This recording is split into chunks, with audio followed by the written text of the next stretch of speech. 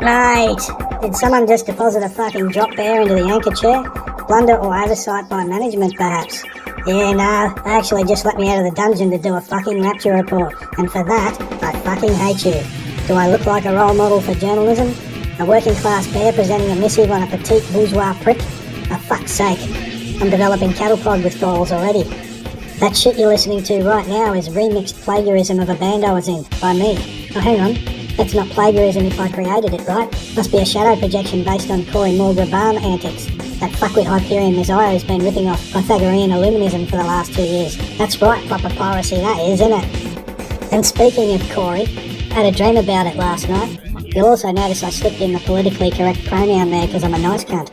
Anyway, in this dream I'm sitting in a fucking gum tree snapping one off, chewing some gum leaves, the usual caper. When I look over at another branch and there's Corey Morg squatting there doing exactly the same thing. I'm incredulous. I said, fair suck of the sad mate, what the fuck are you doing here? So it looks over and it says to me in its usual nasally voice, Inner star actualization. And I said, do you find that the shit sticks to your fur when you're dropping a log? It says no. So I branch hop on over there, grab it and wipe my ass with it. Then I woke up. From the dream, motherfuckers. I'm definitely not a woke cunt. P.S. I was lucid as fuck in that one, so dream work completed. Inner star actualised. Do I get a Hyperion participation certificate with a gold autograph from Flipper? Anyway, back to the tune. This song was originally about gaslighting the neighbours after they called the cops on us. Yeah, I fucking know, right? Coincidence? Irony? Planetary conjunction and all that shit? Oops, humble apologies. I went all magical thinking there for a moment. Perhaps that was intentional though. The wrath of Ladybug is death's a guilty pleasure. But I digress. So, the coincidental correlation. Smeagol Rabban and the Hypercedia team have been gaslighting Hyperions for years. And spending an unhealthy amount of time on the phone to the Jacks as well. The difference though is, we deserved to have the cops called on us. Noisy fuckers we were.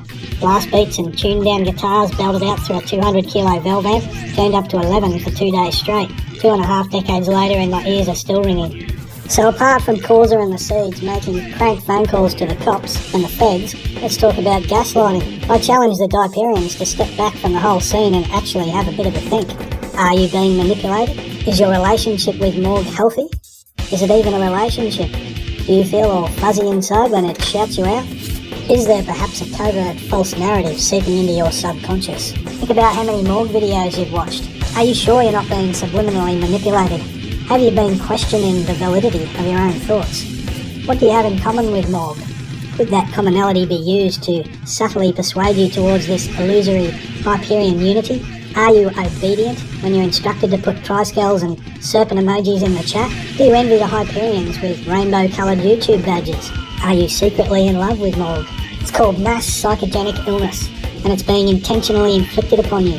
Wake up, you brainwashed cunts. You're sailing on a sinking ship called mass formation psychosis, and the Hyperion propaganda machine is even more insidious than mainstream media.